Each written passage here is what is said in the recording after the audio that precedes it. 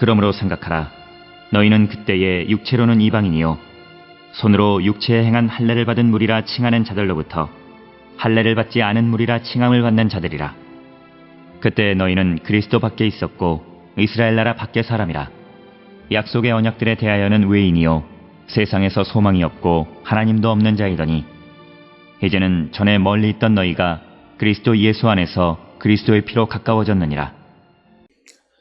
오늘 우리가 함께 읽은 에베소서 2장 11절로부터 13절에서는 예수 그리스도 안에서 누리는 연합에 대해서 언급하고 있습니다.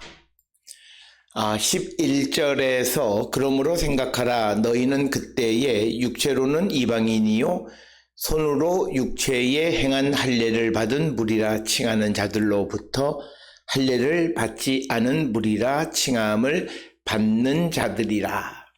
그래서 사도 바울은 에베소 교회 성도들에게 이전에는 할례 받은 자들로부터, 즉 유대인들로부터 할례 받지 않은 자, 즉 이방인이라고 불렸다는 것을 기억하라고 이렇게 언급하고 있습니다. 특별히 오늘 주시는 11절에 등장하는 할례라고 하는 것은 이스라엘 사람들만 하는 것이 아니라 그리스 로마 세계에서 유대인은 할례를 행하는 자, 그리고 비유대인은 비할례자로 광범위하게 알려져 있는 그런 표현이고, 할례에 관한 성서적인 근거는 창세기 17장 9절로부터 14절에 의하면 할례라고 하는 것은 하나님과 이스라엘 사람들 사이에 특별한 관계를 나타내는 외적인 표시로 할례를 행했다. 즉 언약의 표시, 계약의 표시로 여겨졌던 것을 알 수 있습니다. 그래서 유대인들의 눈에는 이방인들이 할례를 하지 않은 것이 하나님으로부터 떨어진 자, 멀어진 자, 멀리 있는 자로 그렇게 인식이 되어졌습니다. 그래서 유대인들에게 있어서는 이 할례라고 하는 것이 성민을 구별하는 외적인 표시로 그렇게 이해되어졌습니다.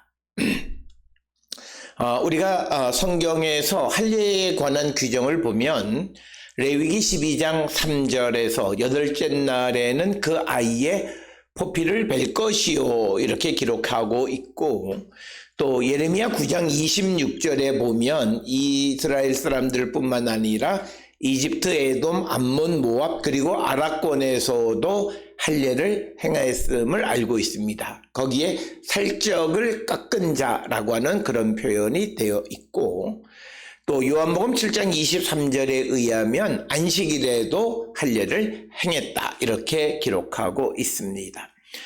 왜냐하면 할례는 나은 지 8일 만에 행해야 하기 때문에 그 8일째 되는 날이 안식일이면 그날 할례를 행하도록 그렇게 규정했었고, 사도행전 11장 2절에서 베드로가 예루살렘에 갔을 때 할례 받은 자들이 베드로가 할례 받지 않은 자와 함께 식사한 것을 비난한 것은 이 레위기 12장 3절의 생각을 전제로 해서 가능한 것이 되고, 그런 내용은 갈라디아서 2장 12, 13절에 기록되어 있습니다. 그러나 고린도전서 7장 19절에서 사도 바울은 할례나 무할례가 아무것도 아니다. 단지 하나님의 계명을 지키는 것이 훨씬 더 중요하다 이렇게 이야기하고 있습니다. 역사적으로 주전 170년경에 그리스의 통치자였던 안티오쿠스 에피파네스 4세는 그리스 문명의 숭배자로서 그가 통치하는 모든 지역을 그리스 문명으로 획일화하려고 하는 시도를 했고, 그 일환으로 유대인들에게 할례를 금지시켰을 뿐만 아니라 안식일까지도 지키지 못하게 했다라고 하는 것은 우리가 잘 알고 있는 그런 내용이 되겠습니다. 그래서 이 할례에 관한 그런 성경의 규정들이 있고, 오늘 주시는 본문의 에베소서 2장 11절에서는 이제 손으로 행한 할례가 아니라 그리스도의 할례에 대해서 언급합니다.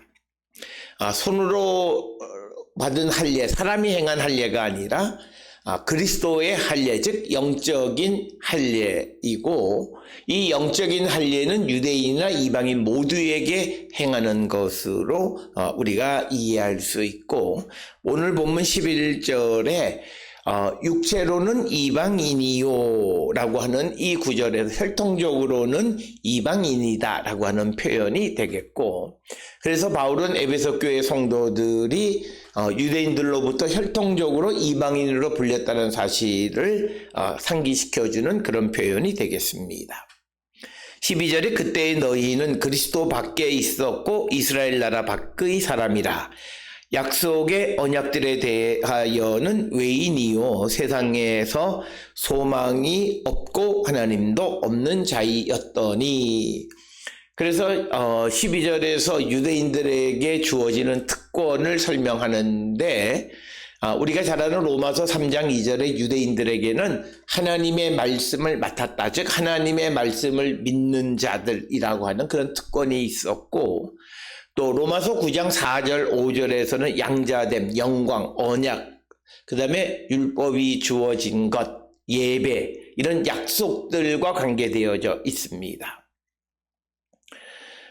그리고 또 그들은 이 육신으로는 그리스도가 그들에게서 나셨다라고 이야기하고 있고, 그래서 이 유대인들이 가지고 있는 어떤 특권, 이런 것들이 그리스 로마 시대에 존재하고 있었음을 우리에게 보여주고 있고, 그런데 이방인들은 그런 특권으로부터 차단된 사람들이다, 이렇게 말하고 있습니다. 그래서 바울은 에베소 교회 성도들이 육으로는 이방인으로 불릴 때, 즉 그리스도 밖에 있었다, 이렇게 이야기하고, 이스라엘 밖의 사람, 약속의 언약과 무관한 사람, 이렇게 언급하고 있습니다. 그래서 이들은 세상에서 아무런 소망도 갖지 못했던 자들이다, 이렇게 정의를 내리고 있습니다. 그래서 여기서 바울은 그리스도 안에 있을 때 우리가 이스라엘 사람들의 언약과 관계 있는 자가 됨을 말하고 있습니다. 즉 혈통적인 관계가 아니라 우리가 그리스도 안에 있을 때 이스라엘 사람들이 받은 하나님의 언약과 관계되어짐을 우리에게 말하고 있습니다.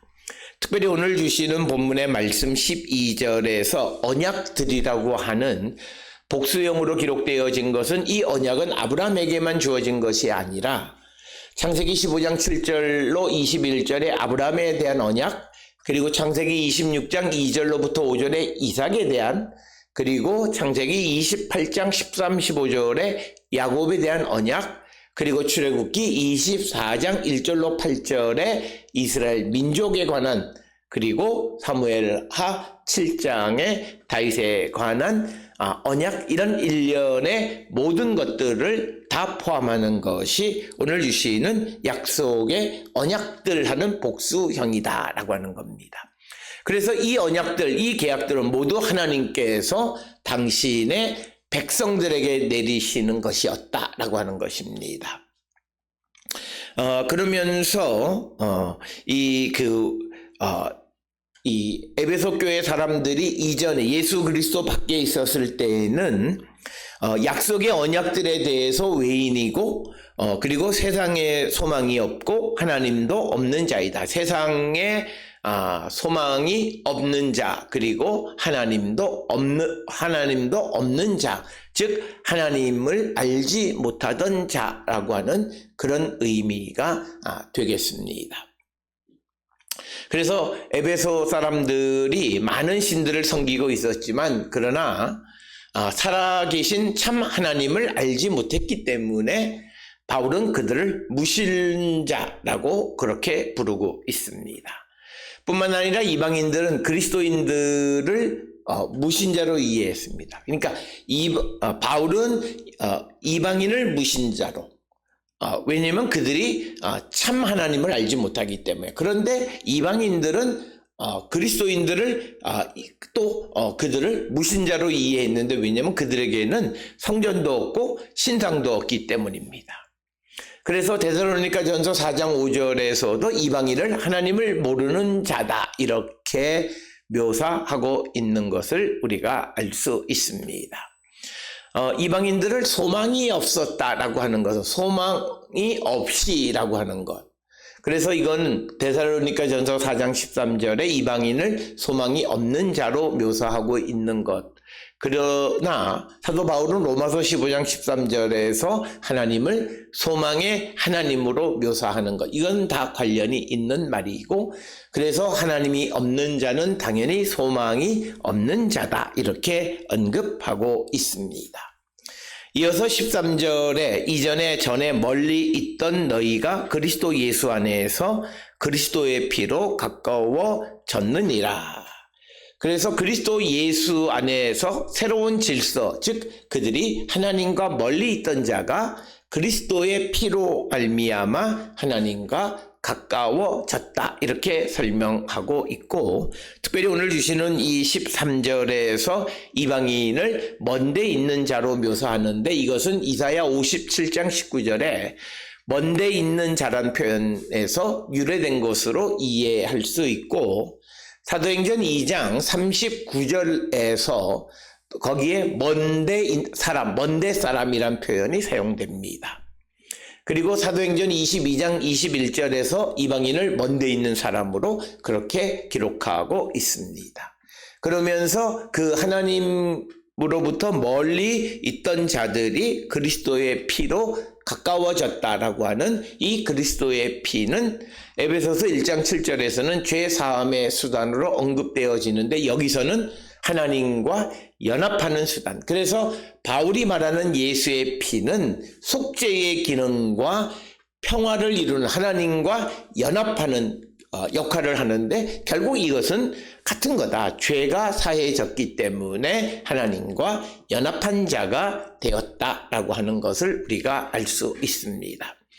그래서 우리가 이런 표현들은 히브리서 10장 19절로 22절에서 예수의 피로 하나님에게 가까이 가게 되었다는 것과 같은 그런 말씀이 되겠습니다.